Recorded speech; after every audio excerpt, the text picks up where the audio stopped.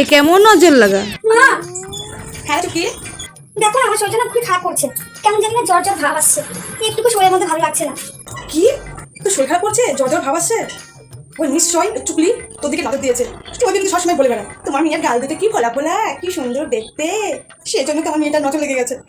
ওর একটা ব্যবস্থা আমাকে করতেই হবে। ঠিক আছে মা, তুমি যাও, তুমি একটু রেস্ট করো, ঠিক আছে? যাও। এই চুকি, চল মা, রাতের খাবারটা খেয়ে নিবি, অনেক রাত হয়ে গেছে। মা, আমার না পেটের মধ্যে কেমন ব্যথা করছে, ভালো লাগছে না। কি তোর পেটে ব্যথা করছে? এই চুকলিটা না তোর দিকে এক নজর দিয়ে শেষ করে দিয়েছে। ঠিক আছে মা, তুমি রেস্ট করো, আমি কিছু একটা করছি। মা, হ্যাঁ বল। জানো তো আজকে আমার রেজাল্ট বেরিয়েছে। কত পেয়েছিস? আমি ফেল করেছি।